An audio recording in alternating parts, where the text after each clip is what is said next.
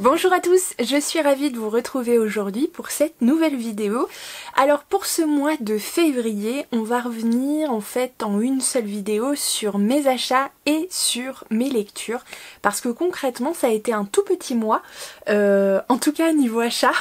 Alors je n'ai pas réussi à faire un no-buy, mais on n'est pas très loin et je suis assez contente, assez fière. Alors peut-être pour certains vous allez dire c'est déjà beaucoup entre guillemets, mais j'avoue que dans mon cas on est vraiment sur un mois ultra raisonnable, donc voilà, soyez indulgents. Et puis ensuite je vous ferai part de mes lectures.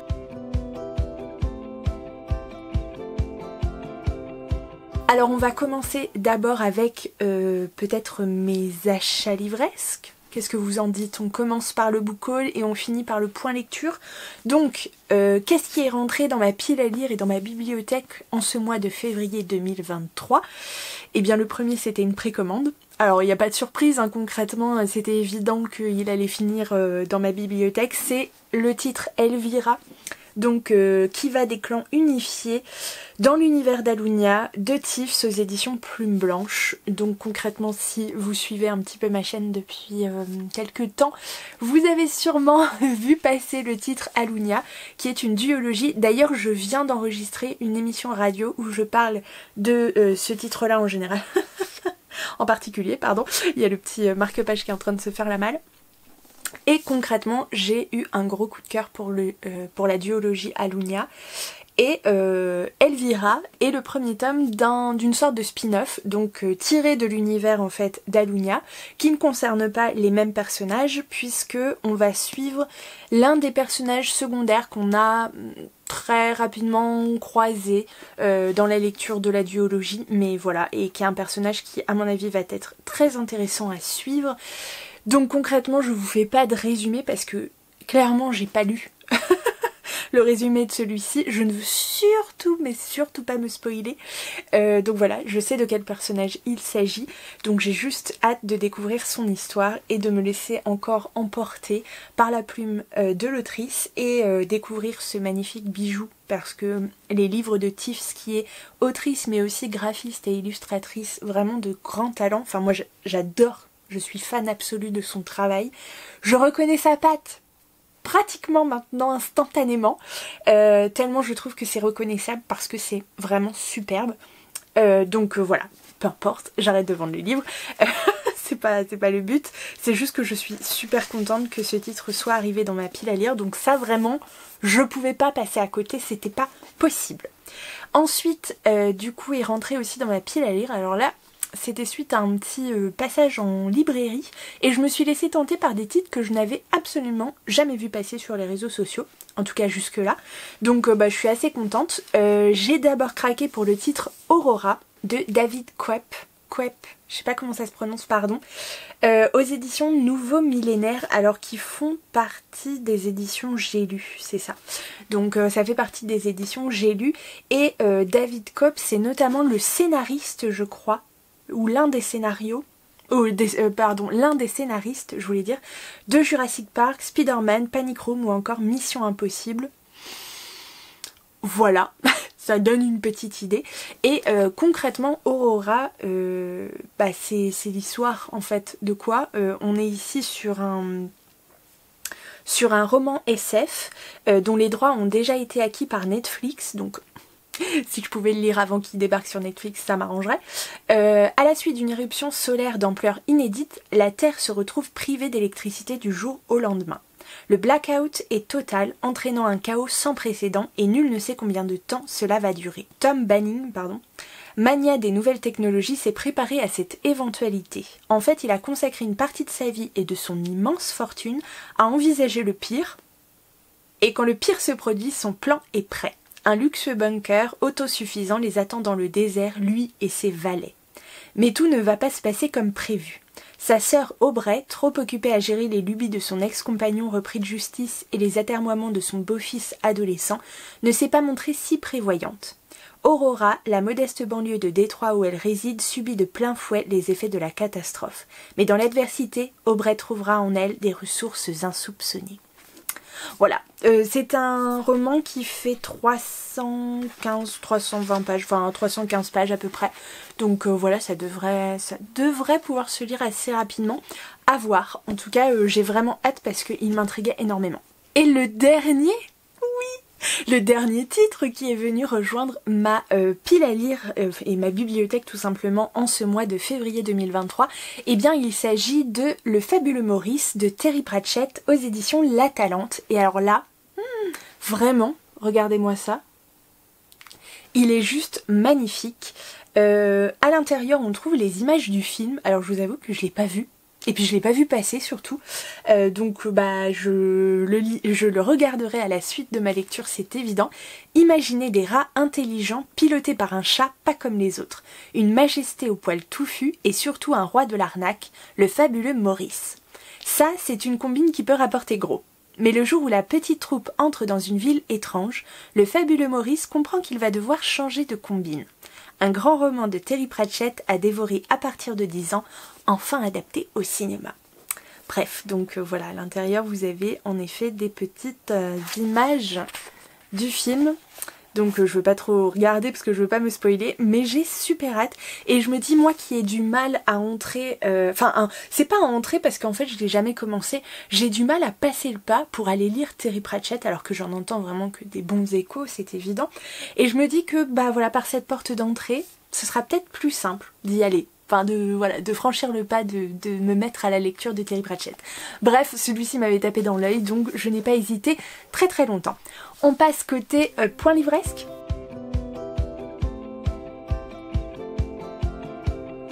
Alors côté point lecture, eh bien je vais d'ores et déjà vous mettre par ici mon planning de lecture du mois de février 2023. Alors qu'est-ce qui s'est passé en février 2023 ?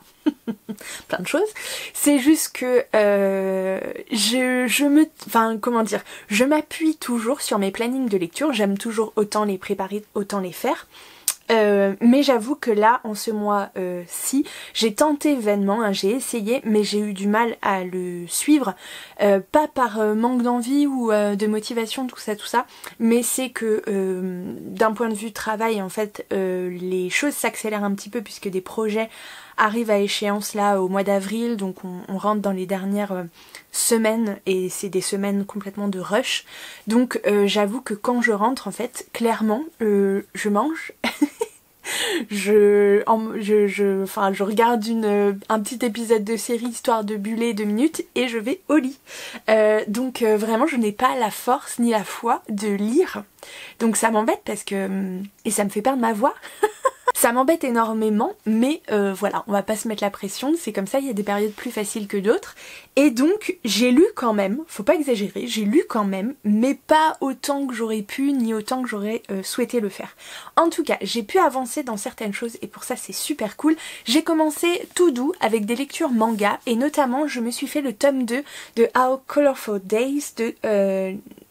je sais pas comment ça se dit, mais Gengoro Tagame, bref, aux éditions Akata. Ça faisait beaucoup trop longtemps qu'il était dans ma pile à lire, celui-ci. On est ici sur un manga qui se déroule en 3 tomes. En 3, je crois que c'est en 3. Oui, je crois que c'est une série terminée en 3 tomes qui va parler en fait d'homosexualité, tout ça, entre autres, hein, parce que ça parle du quotidien, d'acceptation, blablabla, de plein de choses diverses et variées, mais c'est vrai que la thématique principale est quand même l'homosexualité. Et donc la découverte par un jeune adolescent, enfin c'est pas la découverte, c'est plutôt l'acceptation en fait de son orientation sexuelle et aussi le fait de pouvoir en parler aux autres parce que bah, évidemment c'était un secret jusque là, donc et ça l'est encore plus ou moins, bref, mais voilà, je trouve que c'est assez sympa. On suit dans cette histoire, on suit Sora, donc qui est un jeune lycéen qui est homosexuel, hein, qui le sait depuis assez longtemps je crois, sauf que personne n'est au courant. D'ailleurs personne, même pas sa meilleure amie, et le jour où Sora va se poser en fait près de la plage, ou sur la plage, et que dans un demi-sommeil il va voir un homme d'un certain âge s'arrêter devant lui et lui dire à quel point il l'aime. what? Bref, voilà, et retrouver cet homme un peu plus tard en tant que gérant d'un petit café un peu secret, l'adresse un peu secrète, bref. Et du coup, rien de bizarre, au contraire, c'est la rencontre de deux personnes au parcours différents et en même temps qui se rejoignent sur certains points et qui vont pouvoir échanger en fait et c'est super doux, c'est très intéressant, c'est quand même pas si simple que ça, hein. Il y a 2-3 ingrédients dont je ne vous parle pas, c'est évident. Mais voilà, j'ai beaucoup aimé du coup la douceur également dans ce deuxième tome. Même s'il y a des choses du coup oui qui arrivent en supplément par rapport au premier. C'est pas un coup de cœur, mais je trouve que les choses sont traitées de façon assez, comment dire, assez simple mais essentielle. Je sais pas si c'est très clair comme description, mais voilà, c'est rien de très compliqué, mais en même temps on pose des mots sur des choses qui doivent être dites. Je sais pas du tout si ce commentaire est utile ou pas, mais en tout cas moi ça pour ceux qui l'ont lu, j'espère que vous comprenez ce que je veux dire. Voilà, du coup c'est l'un des mangas où je me demandais si j'allais continuer ou pas, parce que non pas qu'il soit pas bien du tout, hein, mais c'est juste que j'avais pas un énorme coup de cœur dessus, donc bon, à voir. Du coup c'est vrai qu'il me manque le dernier tome uniquement pour avoir le fin mot de l'histoire, même si bon, il n'y a pas un gros suspense, vous voyez, c'est pas un truc genre on est loin de l'enquête ou du truc bon. Bref, à voir. Je sais pas. C'était sympa. Après, on n'est pas non plus sur un coup de cœur, donc je sais pas si j'ai l'occasion de lire le 3, bah, je le lirai avec plaisir. Mais sinon, pas sûr du coup que j'y aille. Voilà, j'essaye avec mes lectures et avec mes livres en ce moment de faire du tri, et de faire du tri au fur et à mesure parfois. Où je me dis, bon bah voilà, ça peut être une bonne lecture, tout ça, mais si t'as pas un truc particulier, et ben passe à un autre, parce que sinon ni la place, ni le temps, ni l'argent, tu vois ce que je veux dire.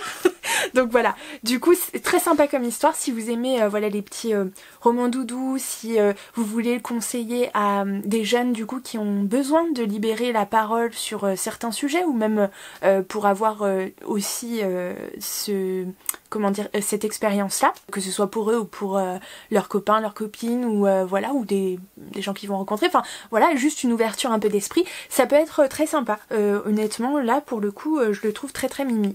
On continue sur les mangas, et notamment avec on continue les expériences. Donc un manga vraiment qui était dans la balance jusqu'à présent, puisque j'ai lu les 3 premiers tomes de cette série de mangas, et les 2 premiers ont été bof, un peu laborieux. Le 3e avait clairement relevé le niveau, et j'attendais la lecture du 4e tome pour décider si je continuais ou si je passais vraiment. Et pour le coup, ça s'est plutôt bien passé avec la lecture de La Petite Faiseuse de Livres, donc le tome 4 de Miya Kazuki, Yushina et Suzuka. Donc voilà, sorti aux éditions Ototo.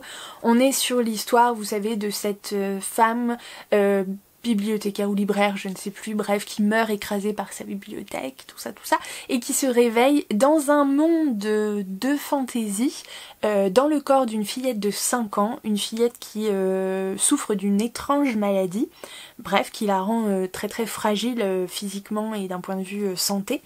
Donc voilà, et cette gamine, donc enfin cette femme se réveille dans le corps de cette gamine donc malade, qui a un petit côté, dans un monde pardon, dans un petit côté fantaisie médiévale, vous voyez, un truc comme ça.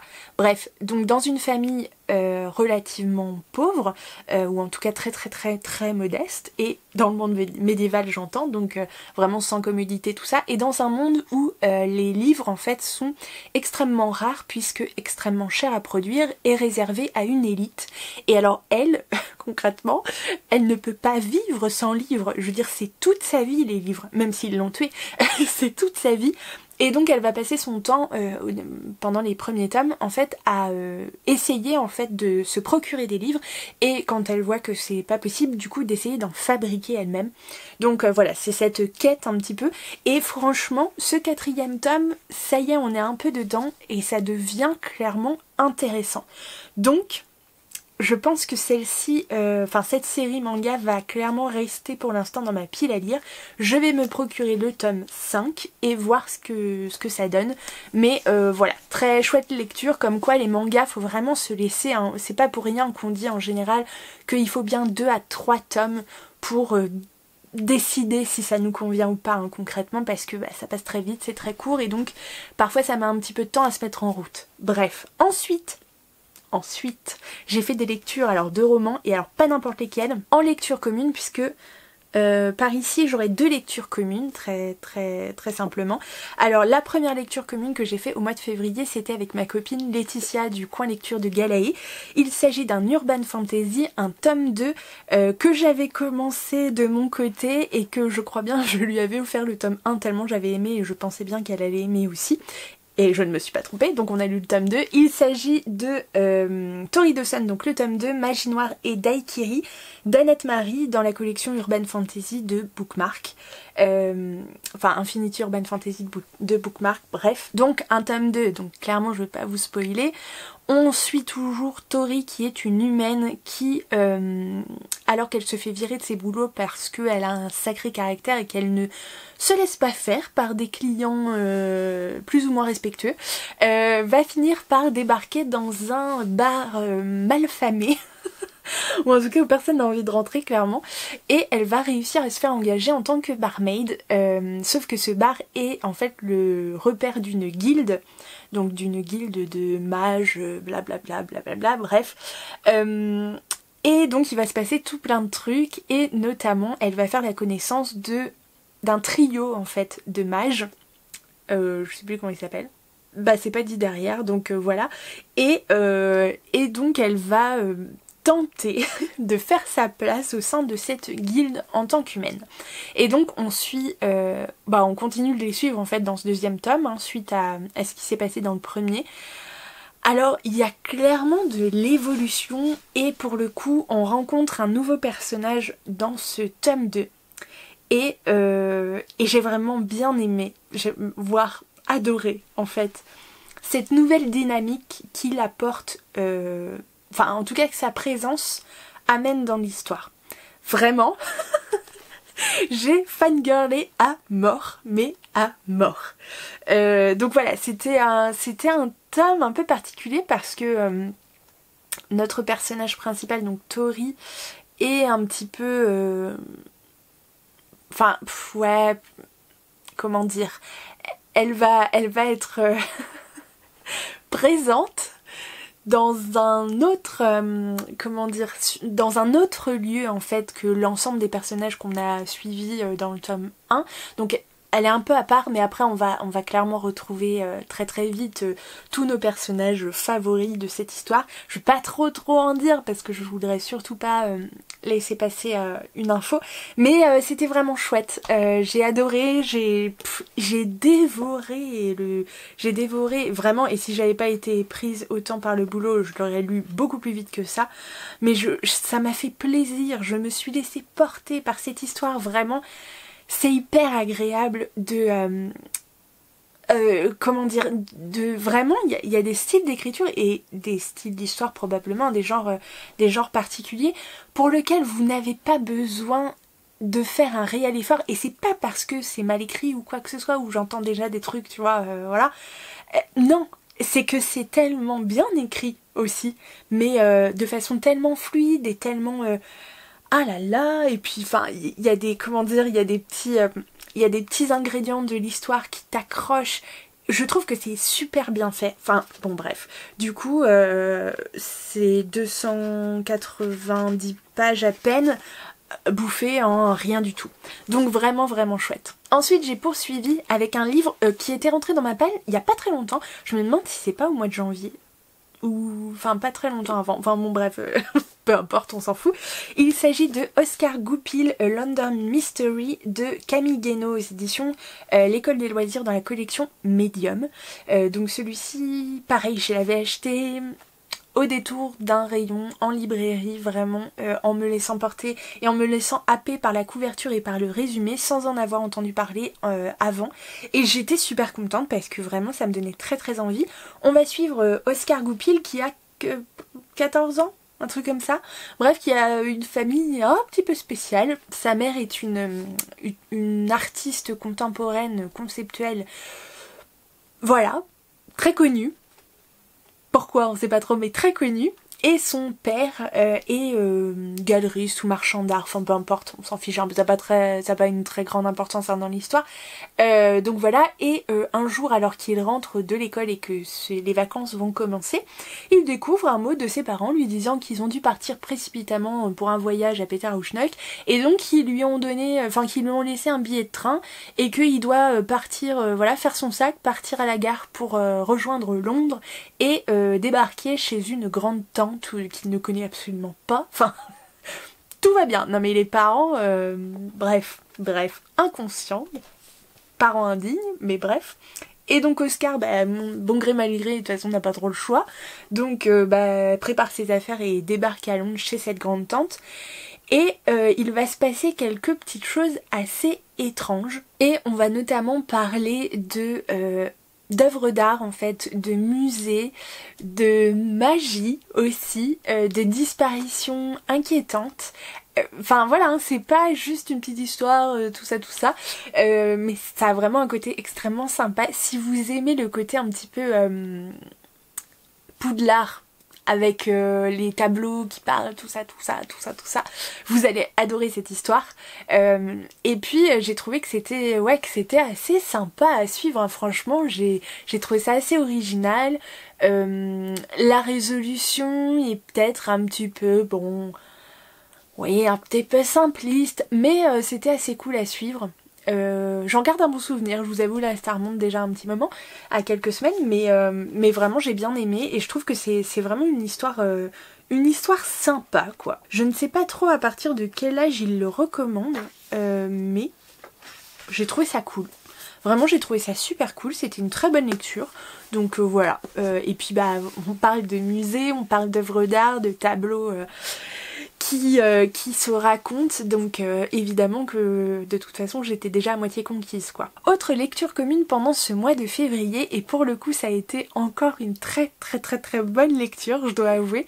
Je sais pas si à l'heure actuelle ma comparse de lecture commune a fini sa lecture, donc Ness, si tu passes par là, squeeze cette partie de la vidéo et enfin voilà, je vais pas spoiler, mais quand même on sait jamais, donc voilà, squeeze cette partie de vidéo, passe au chapitre suivant, et voilà, puisque c'est avec Ness qu'on a lu Bienvenue à Salem, donc ça c'est le tome 1 de la saga Avery Brookwell de G.A. River, aux éditions Bookmark dans la collection Infinity Urban Fantasy évidemment. C'est un titre que j'avais acheté lors du salon des Aventuriales, je crois, en compagnie d'ailleurs de Laetitia et de Lauriane, évidemment parce que quand je suis arrivée devant le stand de Bookmark, l'une des éditrices m'a dit « Ah, celui-ci il est pour toi !»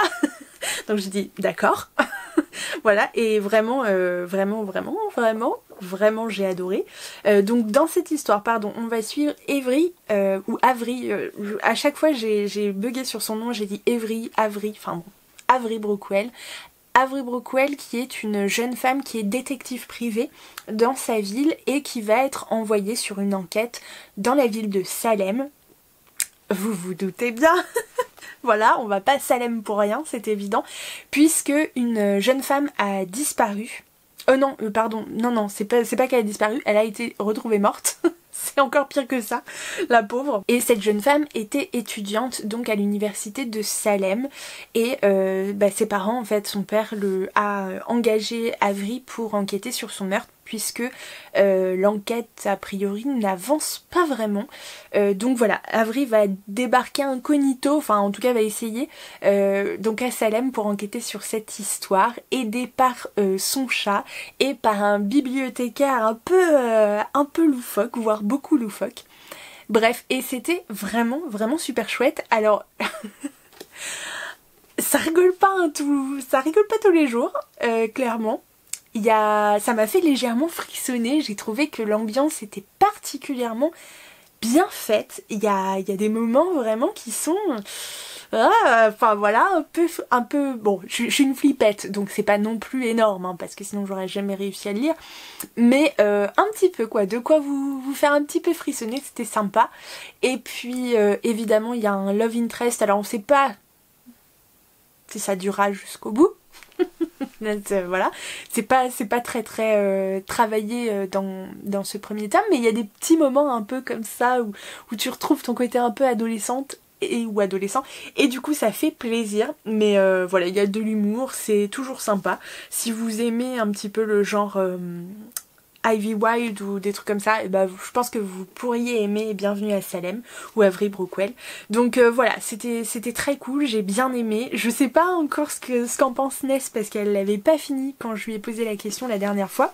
Donc voilà, mais c'est évident que je continuerai à suivre Avery Brookwell. Oh là là, vraiment, quand je veux pas, je veux pas. Mais sachez que le tome 2, je crois, ne sort pas avant octobre.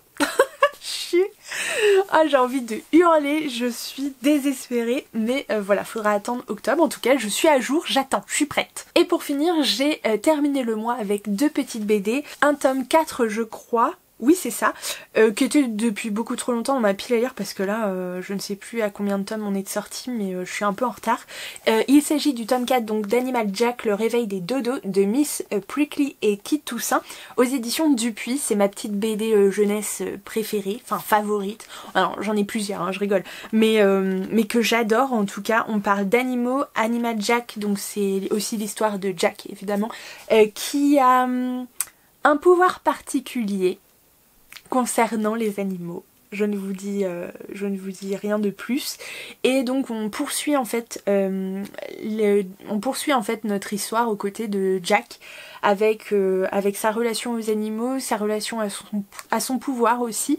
On parle d'environnement, on parle d'espèces diverses et variées. Et toujours à la fin vous avez des tout petits dossiers. Alors là il est encore plus petit d'ailleurs que d'habitude, mais qui revient en fait sur une espèce en particulier qu'on a croisée dans l'histoire, et c'est super chouette, j'adore vraiment. Le graphisme est... on dirait un dessin animé le truc, j'adore tellement, c'est hyper coloré. Voilà, si vous avez des enfants qui aiment les animaux, alors là, cadeau, vraiment super. Et pour finir, c'était une BD. Du coup c'est la suite d'une bande dessinée que j'ai découvert il n'y a pas si longtemps que ça, pour être honnête, donc je suis assez contente. Je vous avoue que je ne sais pas, même après l'avoir lu, si c'est une fin ou s'il y aura une suite, je sais pas du tout. Faudrait que je me renseigne en vrai. Il s'agit de Elle, le tome 2 universel de Evelyn Stockart et Kit Toussaint aux éditions Le Lombard. Donc c'est la suite de l'histoire en fait de Elle, qui s'appelle vraiment Elle, qui a dans le premier tome, vous savez, plusieurs personnalités, voilà, qui vivent à l'intérieur d'elles-mêmes. C'est un peu, on sait pas trop du coup, ça a une tonalité, je ne sais pas si c'est une BD avec une thématique de maladie mentale ou de fantastique, ou enfin voilà, le premier tome on savait pas trop où situer, on découvrait un petit peu, mais en tout cas c'est l'histoire de cette jeune adolescente qui a en effet plusieurs personnalités et qui débarque dans un nouvel établissement en espérant du coup pouvoir gérer en tout cas cette maladie. On va rester sur ça. Et voilà, et donc il rencontre un groupe d'amis, enfin qui se fait un groupe d'amis, et du coup l'histoire va beaucoup plus loin que ça, il y a d'autres petits ingrédients à l'intérieur, mais je ne veux pas vous spoiler. En tout cas, la découverte de ce tome 2, très chouette, je dois avouer, j'aime beaucoup le graphisme, pareil c'est ultra coloré, on a des planches magnifique, le jeu des couleurs en rapport avec les différentes personnalités de Elle, je trouve que c'est hyper ingénieux et c'est très joli, et vraiment j'ai adoré, j'adore le personnage, j'adore ses personnalités d'ailleurs, j'adore ses amis, vraiment trop cool. Et puis bah, je pense, enfin très honnêtement je pense que c'est pas possible que ce soit le dernier, mais du coup on avance gentiment dans l'histoire par rapport au cliffhanger qui avait terminé en fait le tome 1. bon voilà, on commence à voir un peu plus clair et c'est cool. Donc vraiment une chouette BD que je vous conseille vivement. Et voilà qui clôt du coup ce book haul et ce point lecture du mois de février. Je vous retrouve très prochainement pour une nouvelle vidéo. Je pense que la prochaine risque d'être l'annonce du challenge du mois d'avril, qui est le challenge de la palle du printemps que je vous avais proposé l'année dernière. Cette année je réitère l'expérience et j'espère que vous serez à mes côtés pour ça au mois d'avril. Donc c'est un challenge ultra simple, qui se veut d'ailleurs ultra simple, parce que vraiment en ce mois d'avril, clairement, je pense que vous, comme moi, on n'a pas très envie de se prendre la tête. Ce sera facile de mettre des livres dans ces différentes catégories. Donc voilà, mais qui sont des catégories assez... voilà, assez simple. Je vais arrêter d'épiloguer, on n'est pas là pour faire ça dans cette vidéo. Bref, on se retrouve très prochainement avec cette vidéo et aussi avec des petites surprises, donc peut-être je vais vous en parler sur Instagram. J'espère que vous serez là parce que je vais avoir besoin de vous pour prendre certaines petites décisions.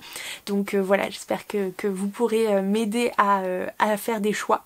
Donc bref, d'ici là, j'espère que vous allez bien, que vous faites évidemment de chouettes vidéos. Que vous faites de chouettes lectures, c'est ce que je voulais dire. Bref, n'hésitez pas à m'en parler en commentaire, à me dire ce que vous avez lu en ce mois de février. Si vous n'êtes pas abonné à la chaîne, avant que j'oublie, eh bien c'est le moment de le faire. Je vous mets tout ça ici, c'est facile, vous cliquez, ça coûte rien du tout. Ça fait juste plaisir et ça fait vivre la chaîne. Donc voilà, hein, on est là pour se faire plaisir. Donc n'hésitez pas, si vous avez aimé la vidéo bien sûr, pensez à liker, à partager et à commenter. Je vous mets également mon lien, pas du tout, je vous mets également le nom de mon compte Instagram si vous voulez m'y rejoindre, ce sera avec grand plaisir. En attendant, je vous souhaite une excellente journée et je vous dis à très bientôt pour la prochaine vidéo et d'ici là je vous fais plein de gros bisous.